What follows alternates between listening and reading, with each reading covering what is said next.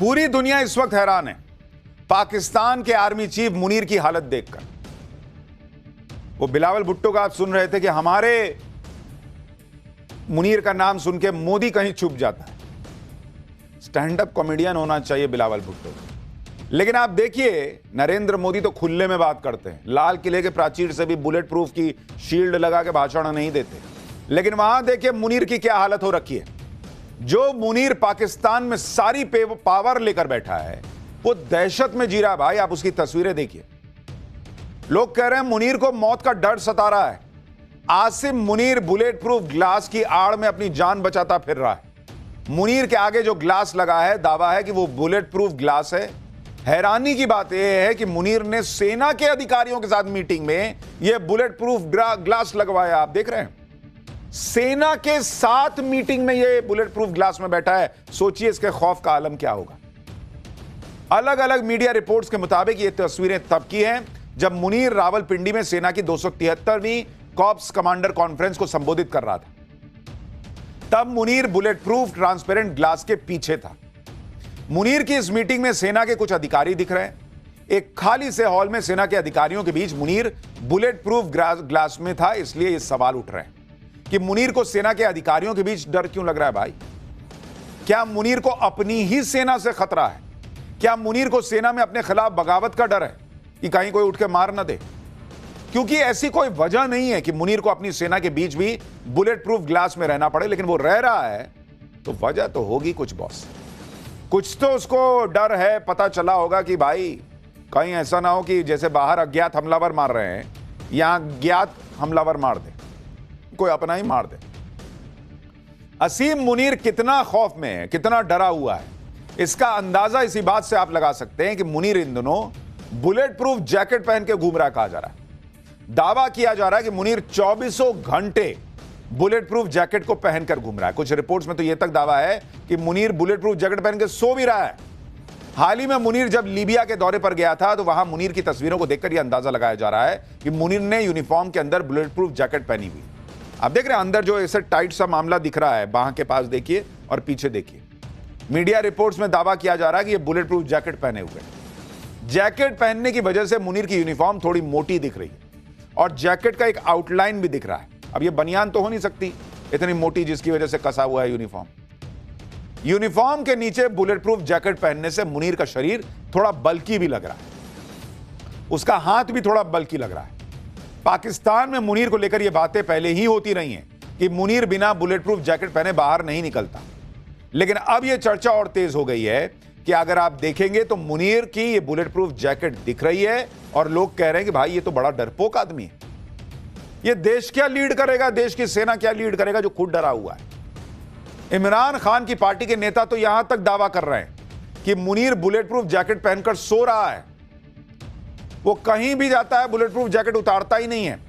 इमरान खान की पार्टी के नेता कह रहे हैं कि मुनीर कई बार रात में डर की वजह से चौंक कर उठ जाता है, सोते सोते कांपने लगता है। ये इमरान खान की पार्टी के नेता कह रहे हैं। डर की वजह से मुनीर को रात में ठीक से नींद भी नहीं आ रही है। देखिए, मुनीर को डर है कि उसका हाल भी कहीं जियाउल हक जैसा ना कर दिया जाए। जियाउल हक भी पाकिस्तान का सैन्य तानाशाह था। विमान हादसे में जियाउल हक की मौत हो गई थी और यह हादसा था या साजिश, यह बात मुनीर अच्छी तरह समझता होगा। मुनीर यह जानता है कि पाकिस्तान में ऐसा इतिहास रहा है कि उसके कई सैन्य प्रमुखों की रहस्यमयी मौत हो चुकी है।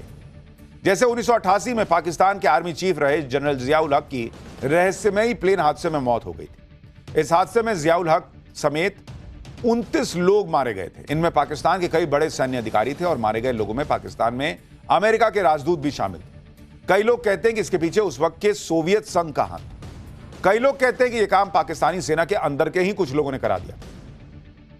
इसी तरह से 1993 में पाकिस्तान के army chief general Asif Nawaz की रहस्यमयी मौत हो गई थी। जनरल आसिफ नवाज अपने घर पर ट्रेडमिल पर वर्कआउट कर रहे थे, तभी उन्हें हार्ट अटैक आया और वो वहीं लुढ़क गए। बाद में आसिफ नवाज की पत्नी ने आरोप लगाया कि आर्मी चीफ की हत्या की गई, उन्हें जहर दिया गया। उनकी पत्नी का दावा था कि आसिफ नवाज के बालों के लैब टेस्ट में 67 mg आर्सेनिक मिला था, जो जहर था। यह सब इतिहास मुनीर को जब जब याद आता होगा तो उसे डर लगता ही होगा कि कहीं उसे कोई निपटा न दे। भारत के खौफ में तो वो जी ही रहा है, खुद के देश में अपने लोगों के बीच भी डरा हुआ है। मुनीर ने पाकिस्तान में सारी पावर खुद ले तो ली, लेकिन उसे पता है कि पाकिस्तान में जिसने सारी पावर खुद ली वो एक ना एक दिन निपट ही जाता है, फिर चाहे प्रधानमंत्री हो, राष्ट्रपति हो, आर्मी चीफ। मुनीर का डर तो साफ साफ दिख रहा है, इसलिए अब मुनीर के इस डर को लेकर पाकिस्तान में अलग अलग चर्चाएं चल रही हैं। कोई कह रहा है कि मुनीर अपने घर में भी बुलेट प्रूफ जैकेट पहने रखता है, कोई कह रहा है कि मुनीर अपने घर में पिस्टल लोड करके रखता है। इस तरह की भी बातें चल रही हैं कि जैसे बांग्लादेश में मोहम्मद यूनुस अज्ञात हमलावर के डर में जी रहा है, वैसे ही मुनीर भी डरा हुआ है। सुनिए पाकिस्तान की मीडिया में मुनीर को लेकर कैसी बातें चल रही हैं, फिर आपको बताता हूं कि मुनीर की सेना में क्या चल रहा है, पाकिस्तान खुद कैसे खुलासे कर रहा है कि नरेंद्र मोदी के नए भारत ने बहुत मारा था, और भारत क्या तैयारी कर रहा है। पाकिस्तान में मुनीर के डर को लेकर अलग अलग थ्योरीज भी चल रही हैं। पहली थ्योरी यह चल रही है कि मुनीर को भारत से हमले का डर सता रहा है। दूसरी थ्योरी कि मुनीर को गाजा में अपनी सेना भेजने पर सेना के अंदर बगावत का डर है। और तीसरी थ्योरी कि मुनीर इमरान खान के समर्थकों के गुस्से से डरा हुआ है। मुनीर के डर के पीछे एक वजह कोई भी हो, लेकिन पाकिस्तान में मुनीर का भयंकर मजाक उड़ रहा है। पाकिस्तान के पत्रकार तो यह तक कहकर मुनीर का मजाक उड़ा रहे हैं कि अब मुनीर को हेलमेट भी पहन लेनी चाहिए। देखिए, मुनीर बुरी तरह डरा हुआ, यह बात खुद पाकिस्तान की सेना भी मान चुकी है। जिस मीटिंग में मुनीर बुलेट प्रूफ जैकेट में दिख रहा है, उस मीटिंग के बाद पाकिस्तान की सेना ने बयान जारी करके कहा कि यह संकल्प लिया गया कि राष्ट्रीय एकता, सुरक्षा और स्थिरता को कमजोर करने के उद्देश्य से किसी भी प्रकार के बयान, चाहे वो राजनीतिक हो या दूसरे, इनको बर्दाश्त नहीं किया जाएगा और न ही किसी को सशस्त्र बलों और पाकिस्तान की जनता के बीच विभाजन पैदा करने की अनुमति दी जाएगी। यानी पाकिस्तान की सेना को डर है कि जनता में उसके खिलाफ गुस्सा बढ़ रहा है और इस गुस्से को दबाने के लिए पाकिस्तान की सेना इस तरह की चेतावनी दे रही है। भारत के खिलाफ जंग जीतने के फर्जी दावे करने वाला मुनीर कितना डरपोक है, इस बात का अंदाजा इसी बात से लगा सकते हैं कि मुनीर हाल ही में ब्रिटेन में एक महिला की तरफ से दी गई धमकी से भी डर गया। ब्रिटेन के ब्रैडफोर्ड में पाकिस्तानी दूतावास के बाहर हाल ही में पाक सेना के खिलाफ विरोध प्रदर्शन हुआ। दावा है कि इस प्रदर्शन में एक महिला ने असीम मुनीर को जान से मारने की धमकी दी, मुनीर को कार बॉम्बिंग में उड़ाने की बात कही और इसके बाद पाकिस्तान ने असीम मुनीर के खिलाफ सार्वजनिक रूप से धमकी दिए जाने का मामला ब्रिटिश अधिकारियों के सामने उठा दिया। सुनिए कैसे ब्रिटेन में हुए एक प्रदर्शन में मुनीर को एक महिला ने धमकी दी। देखिए, इधर मुनीर अपने ही मुल्क में भीगी बिल्ली बना घूम रहा है, उधर पाकिस्तान के पूर्व विदेश मंत्री बिलावल भुट्टो को मुनीर की चापलूसी से फुर्सत में। बिलावल भुट्टो कह रहा है कि मुनीर का नाम सुनते ही भारत के प्रधानमंत्री मोदी डर से छिप जाते हैं। सुनिए इस आदमी को, फिर आपको बताऊंगा कि बिलावल नरेंद्र मोदी के खिलाफ ऐसी बातें तो कर रहे हैं, लेकिन खुद उनके पिता ने क्या कबूल किया था वो भी याद दिलाऊंगा। लेकिन पहले बिलावल को सुनिए। पाकिस्तान में जोकरों की फौज है बॉस, एक ढूंढिए चार मिलते हैं। मुनीर की चापलूसी के चक्कर में बिलावल इस तरह के बयान दे रहा है कि मोदी तो दिख नहीं रहे। अरे कहां नहीं दिख रहे भाई, जिधर देखो उधर दिख जाएंगे तुमको, एक बार ट्राई तो करो। इंटरनेट स्लो है क्या पाकिस्तान? बिलावल भुट्टो ने यह बयान सिंध प्रांत में अपनी मां बेनजीर भुट्टो की 18वीं डेथ एनिवर्सरी पर हुए कार्यक्रम में दिया। लेकिन इसी कार्यक्रम में बिलावल भुट्टो के पिता और पाकिस्तान के राष्ट्रपति आसिफ अली जरदारी ने ऐसा बयान दिया कि मुनीर की चापलूसी में लगे बिलावल भुट्टो को लेने के देने पड़ गए। इधर बिलावल भुट्टो यह माहौल बना रहा था कि मुनीर से मोदी डरते हैं, भारत डरता है। उधर पाकिस्तान के राष्ट्रपति आसिफ अली जरदारी ने यह मान लिया कि ऑपरेशन सिंदूर के दौरान भारत ने ऐसा फोड़ा था कि उनके मिलिट्री सेक्रेटरी ने कहा था कि सर बंकर में छिप जाइए। यानी आप सोचिए, खुद पाकिस्तान का राष्ट्रपति बता रहा है भाई कि उनके लोगों ने कहा था कि सर बंकर में छुप जाते हैं, भारत बहुत मार रहा है। तो जिनको थोड़ा डाउट है, हमारे यहां कई लोगों का इंटरेस्ट था कितने रफेल गिरे नहीं गिरे इसको जानने में, वो सुने कि भारत ने कितना मारा था, कि राष्ट्रपति के सलाहकारों को कहना पड़ा था कि सर छुप जाते हैं तो शायद बच जाए, वो भी बंकर में। आप ये भी देखिए कि पाकिस्तान का राष्ट्रपति 8 महीने पहले हुए ऑपरेशन सिंदूर का जिक्र अब फिर से कर रहा है। इतना ही नहीं, पाकिस्तान के राष्ट्रपति ने इशारों में कह दिया कि दोबारा पाकिस्तान को युद्ध झेलना पड़ सकता है। यानी आसिफ अली जरदारी को भी पता है, डर है कि नए साल में भारत, पीएम मोदी पाकिस्तान को फोड़ेंगे। इधर पाकिस्तान के राष्ट्रपति ऑपरेशन सिंदूर की मार नहीं भूल पा रहे, बंकर में छिपने की बातें बता रहे हैं। दूसरी तरफ आप भारत की राष्ट्रपति द्रौपदी मुर्मू को देखिए, जो सबमरीन की सवारी कर रही हैं। राष्ट्रपति द्रौपदी मुर्मू ने रविवार को कर्नाटक के कारवाड़ नेवल बेस पर सबमरीन में यात्रा की। कलवरी क्लास की सबमरीन आईएनएस वागशीर में नौसेना प्रमुख एडमिरल दिनेश के त्रिपाठी भी राष्ट्रपति के साथ मौजूद थे। इधर भारत की राष्ट्रपति कभी फाइटर जेट की सवारी कर रही हैं, कभी सबमरीन की सवारी कर रही हैं। उधर पाकिस्तान का राष्ट्रपति अभी भी भारत की सेना के खौफ में ही जी रहा है। और अपने खौफ को छिपाने के लिए जरदारी ने अपने समर्थकों को यह पट्टी पढ़ाई कि युद्ध में पाकिस्तान ने रहम दिखा दिया। सुनिए पाकिस्तान के राष्ट्रपति कैसे उठपटांग बातें कर। मैंने कहा ना, इनके यहां एक जोकर ढूंढिए निकलिएगा, 4 मिलता है। बेटा जोकर है तो बाप कैसे अलग हो सकता है? सुनिए बाप ने क्या कहा है। इनके एयरफोर्स चीफ ने रहम किया और फिर अपना ही बेस उड़ा लिया। क्या भारत ने पाकिस्तान के एयरबेस फोड़ दिए और यह रहम की कहानी सुना रहा है।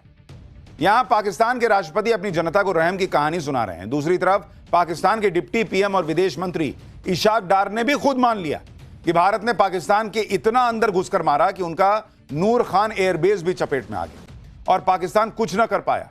ऑपरेशन सिंदूर में पाकिस्तान कितना डरा हुआ था, इशाक डार ने भी इसकी पोल पट्टी खोल दी। पाकिस्तान के विदेश मंत्री ने बताया कि 22 अप्रैल को पहलगाम हमले के बाद से पाकिस्तान की सरकार डरी हुई थी। इशाक डार ने माना कि भारत के हमले से पहले और बाद में उन्होंने दुनिया के अलग अलग नेताओं को 60 से ज्यादा कॉल की और यह उनके लेवल था उनके डर का। इशाक डार ने खुद माना कि पाकिस्तान पर सरप्राइज अटैक हो गया और इस अटैक के लिए पाकिस्तान तैयार नहीं था। सुनिए, इशाक डार ने खुद ये बातें कबूल की हैं।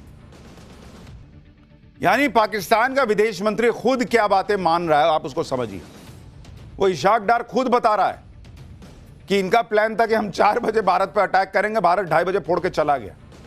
तो वो जो जरदारी कह रहा था कि हमारे एयरफोर्स चीफ ने रहम दिखाया, अबे रहम क्या दिखाएंगे ये लोग? तुम्हारा प्लान ही एग्जीक्यूट नहीं हो पाया, उसके पहले भारत ने फोड़ दिया। भाई ये तुम्हारा विदेश मंत्री खुद बता रहा है, खुद मान रहा है कि हमने 60 जगह बात की फोन करके कि हम नहीं करेंगे, देखिएगा। मतलब डरे हुए थे कि भारत मारने आएगा। भाई देखो आप लोग, देखो हम तो कुछ नहीं कर रहे हैं, मारने आने वाला है।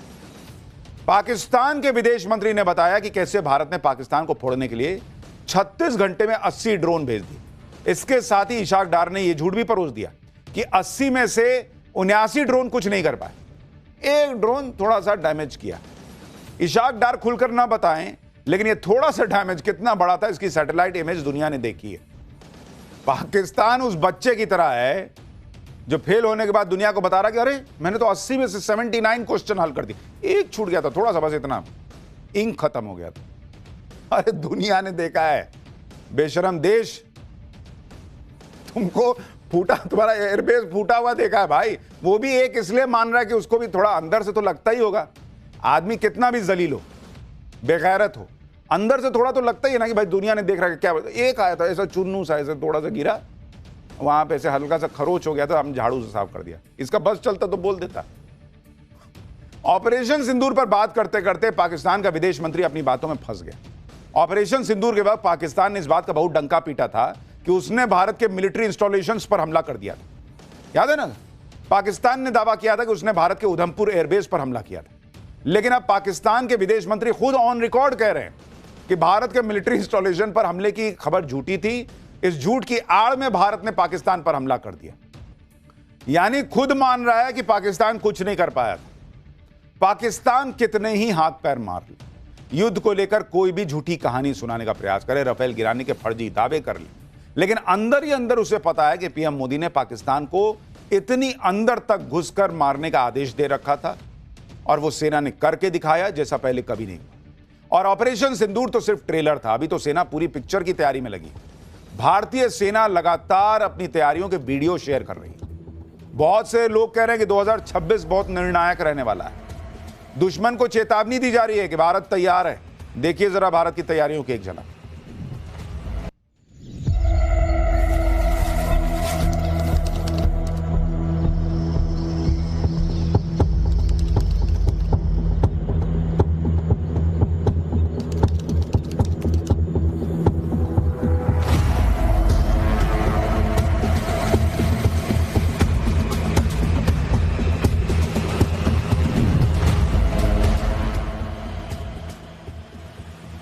पाकिस्तान में नेताओं के कबूलनामे और मुनीर के अंदर जो दहशत है, उसकी एक बड़ी वजह यह है कि नरेंद्र मोदी जबरदस्त तैयारी करने में लगे हुए।